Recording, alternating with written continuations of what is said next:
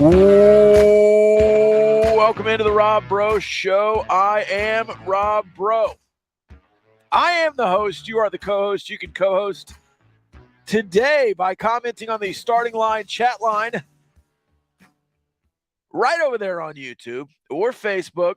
You can comment on both YouTube and Facebook. If you're on Twitter today, hey, come on by the YouTube channel, youtube.com/gambling-gauchos. You can't comment on the Twitter where I can see it, but I can see it on the YouTube and the Facebook pages. Alan Corbin already chiming in. Alan from Texas. The show can start now. Let it started. And we're here, and we're alive, we're awake, we're enthusiastic, and we're ready to start the day.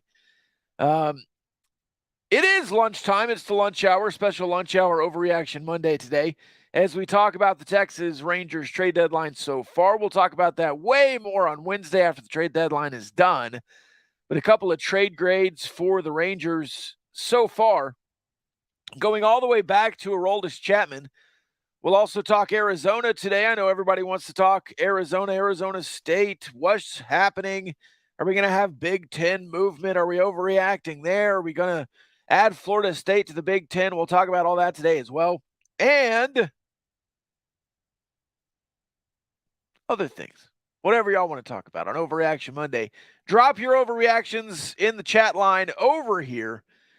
That is the starting line counseling chat line. You can also get 15 minutes of a free consultation there at Starting Line Counseling at startinglinecounseling.com. It's never too late. It's telehealth based with a two-time grad in Chase Wade. Again, that is Starting Line Counseling. That's two-time Texas Tech graduate, not just graduate. Over 10 years of experience. I know my life would be a lot different if I hadn't started therapy 2 years ago. So you can start today there at startinglinecounseling.com. And you can also comment on the Starting Line chat line comment section over here. All right, let's get started. Let's start with the Texas Rangers, who've had several trades already. The latest, Jordan Montgomery and Chris Stratton, a starter and a reliever from St. Louis. They send John King, Thomas Sagase, and Takoa Roby over there to St. Louis. For St. Louis, you get some players back. I'm a fairly big Rangers fan. I did not know who Thomas Sagase was. I guess I'm not that big a fan. But certainly know Jordan Montgomery and Chris Stratton, they're coming back in the deal. I know the Rangers still involved in potentially getting Jordan Hicks from the Cardinals as well. That would be a huge addition. Not been made yet. Jordan Montgomery, Chris Stratton. I'll give it a B+. Love those two guys. Max Scherzer, another one. This happened on July 29th. Max Scherzer going to pitch on Thursday for the Rangers. In response, they send Luis Angel Acuna, Ronald Acuna's little brother, shortstop, to the Mets. Now, was he going to play shortstop in Texas? Not in the next 5 years. Unless you trade Seager, unless something happens there. Could he have played second base? Well, not really, not in the next 5 years. Could he have played third? No, not really, not in the next 5 years. So you have a roadblock in the middle infield and third base. Where's he going to play? Is he going to play in center field? Well, Leody Taveras is looking pretty good. Could he play in left field? Do you want to have your starting best prospect shortstop in left field? Or do you want to go get a left fielder? So you kind of have to make the call. And if you get Max Scherzer, who opts in for 2024, great deal. He wasn't going to play in Texas.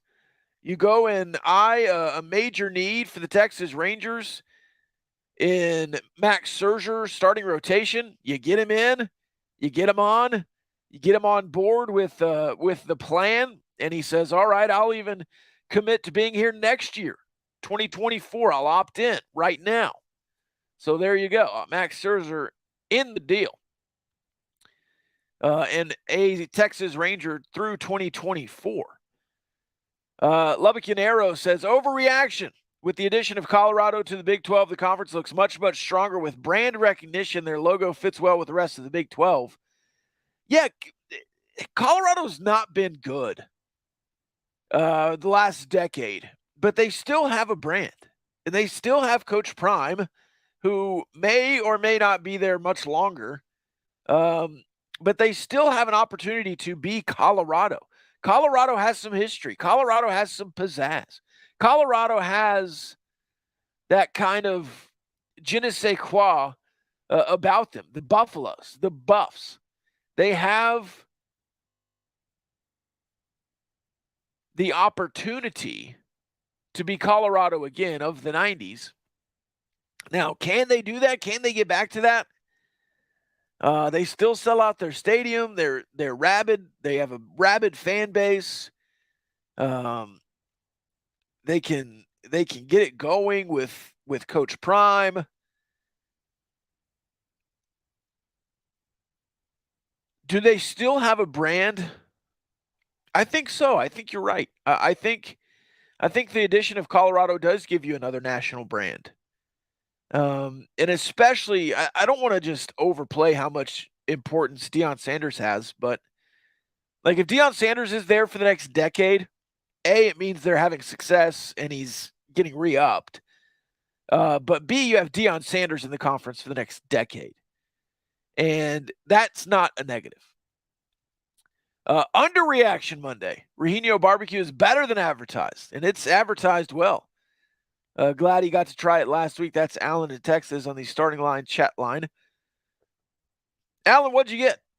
What'd you get from Regenio Barbecue? Let us know.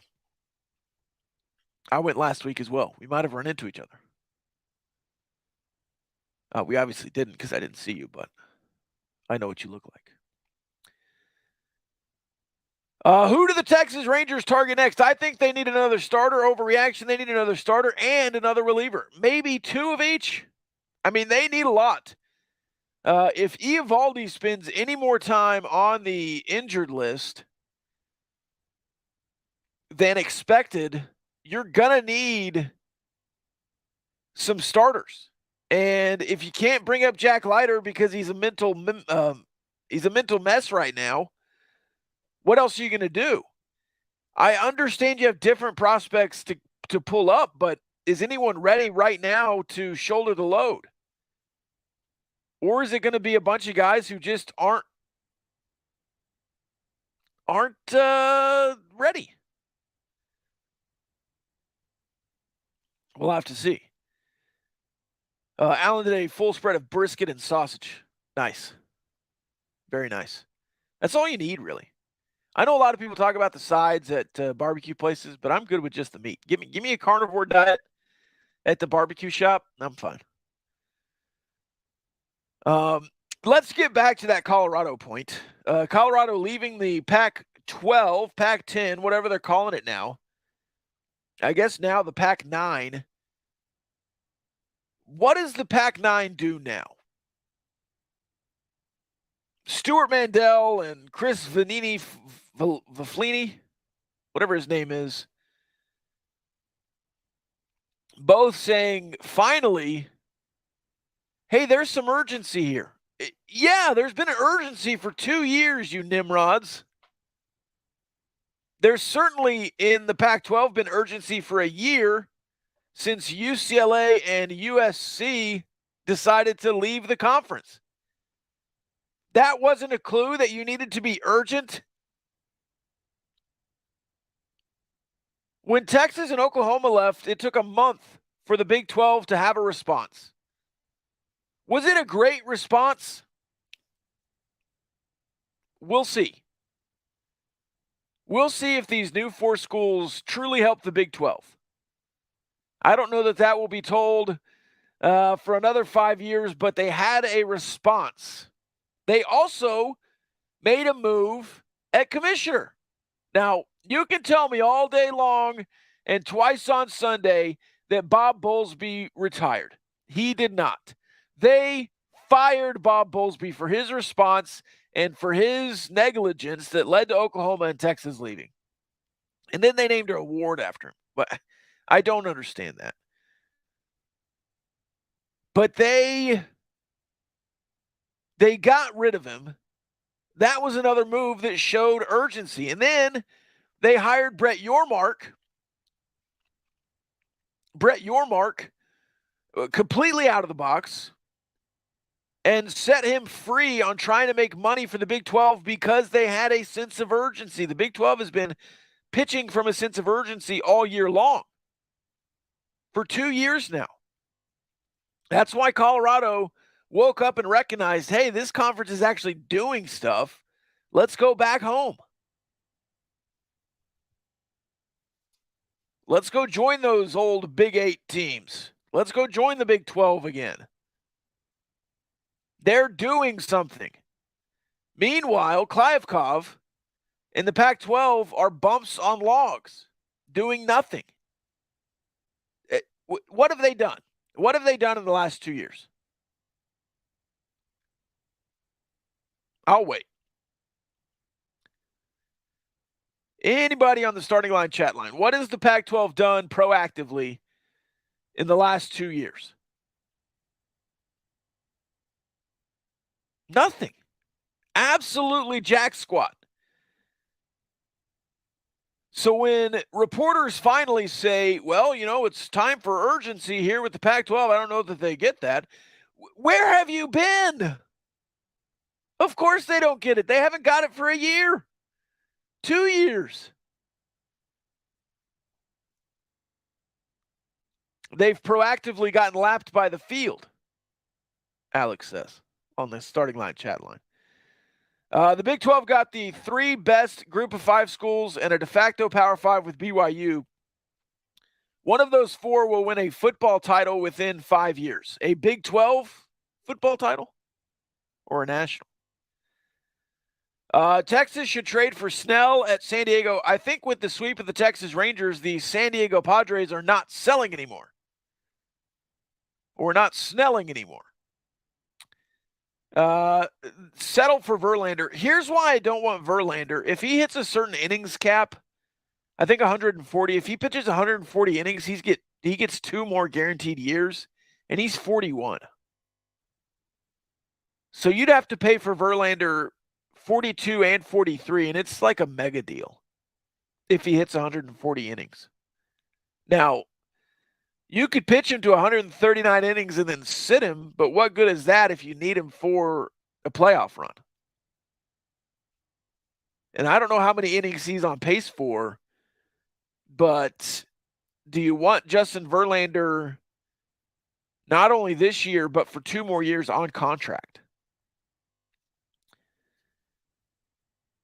Lubbock Yanero says they've trashed the Big 12. That's it.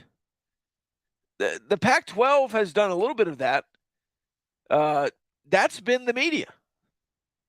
And I don't want to confuse Wilner with the Pac-12, because Wilner and Canzano and Mandel have done a lot proactively for the Pac-12.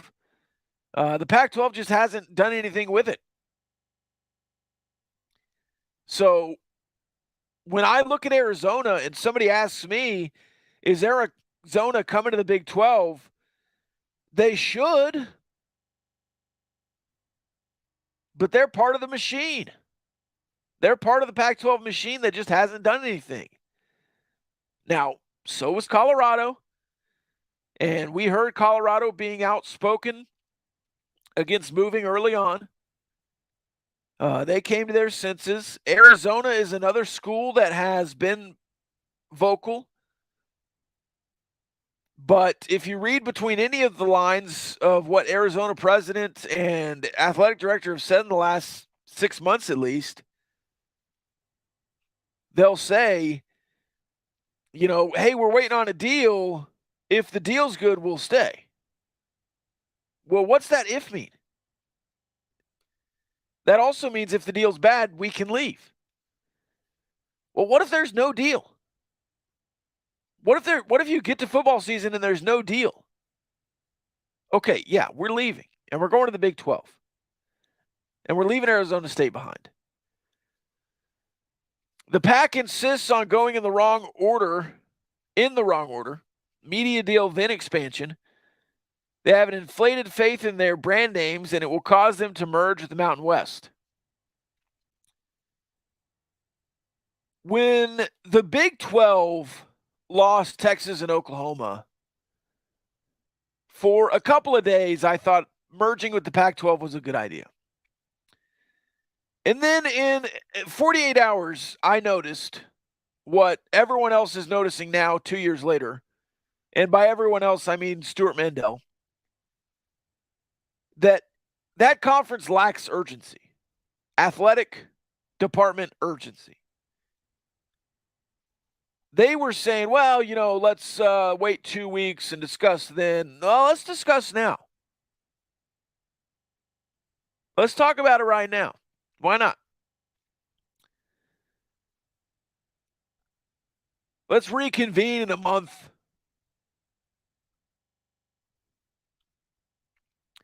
So I was out on that very quickly. And I moved on to merging with the AAC. And a lot of people didn't like that. I called it the Big American. That eventually pretty much happened with you taking the top 3 American athletic schools and BYU into the Big 12, into the fold, into the Big 12 fold.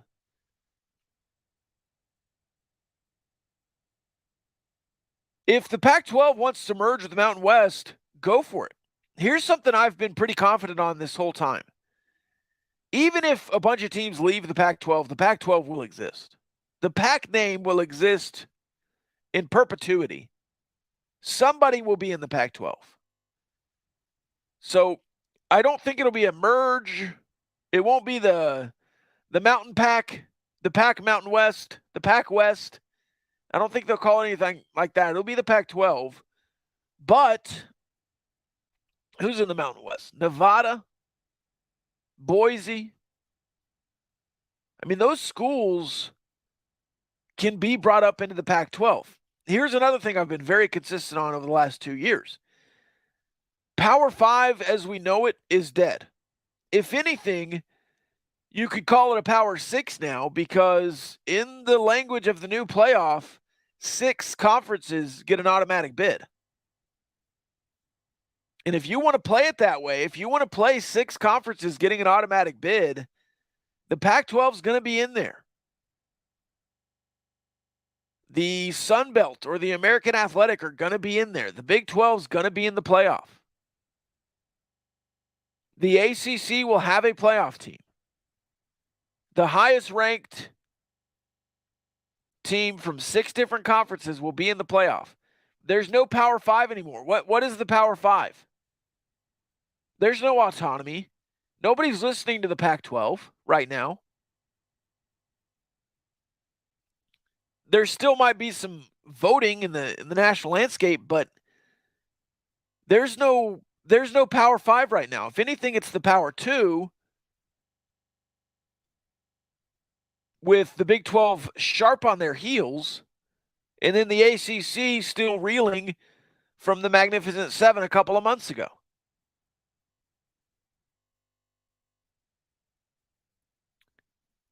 The Pac-12 will merge with the West Coast Conference and drop football to 1AA. That would be a surprise. The Pac-12 has no exit fee as it stands today. Arizona needs to leave yesterday. I agree. If they wait for a deal to be on the table, first of all, it'll be too late. Second of all, they're gonna have to deal with some kind of exit fee. Just leave today or tomorrow, as Greg Swaim is saying. Whatever his name is.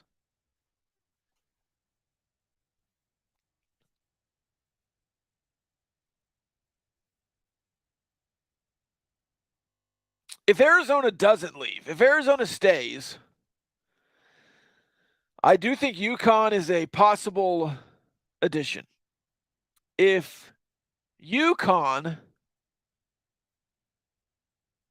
is that final team to get to 12 or 14, I think you stay there.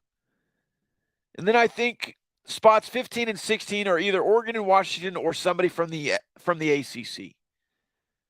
But I think heading into this football season, you want to be at an even number. So you're at 13 right now with Colorado. I think it's UConn or Arizona. I think you're waiting on Arizona. If Arizona says no, you'll lock in UConn with the faith that you can decouple basketball later on. And then you'll start looking at ACC teams in the future. Because at that point, I think Oregon and Washington are also saying no. But I think that's the hierarchy. I think Arizona first, Oregon, Washington, priority 1B. And then if those three say no, which I think Oregon and Washington will stay locked together more than Arizona and Arizona State. If those three say no, I think you lock in UConn pretty quickly. I don't see how the format of top team from 6 conferences continues if the pack becomes weak as it looks. Powerful conferences will fight back. That's how it's set up. I mean, there's not 6 conferences that deserve it generally. I thought it should have been 4 anyways. You had a playoff with 4 teams for a decade. So give 4 automatic inclusions, regardless of the conference. Just say there's 4 automatic bids. Whoever it is, whatever conference has the top 4. If it's the SEC, the ACC, the Big 10, and the Big 12 this year, it's those 4 conferences get an automatic bid. If a Pac-12 school is somehow higher than a Big 12 school, then the Pac-12 school gets in. 4. Hey, 4 automatic bids. And then you just line them up how they're listed. There's no playoff committee except for the top 4. Keep that committee intact. Seed the top 4 seeds. And then it's just the rest of the top 12. Lock it in. All right. The Texas Rangers got swept. We'll talk about that on Wednesday. They'll have some more games before then. We'll also preview Max Scherzer's first start as a Texas Ranger. I think that's going to be on Thursday. Carson will be with me on Wednesday to recap the trade deadline. We'll do that probably at lunchtime again. We'll have a noon show as well then. All right, I've been Rob Bro. I'll be Rob Bro. We'll see you then.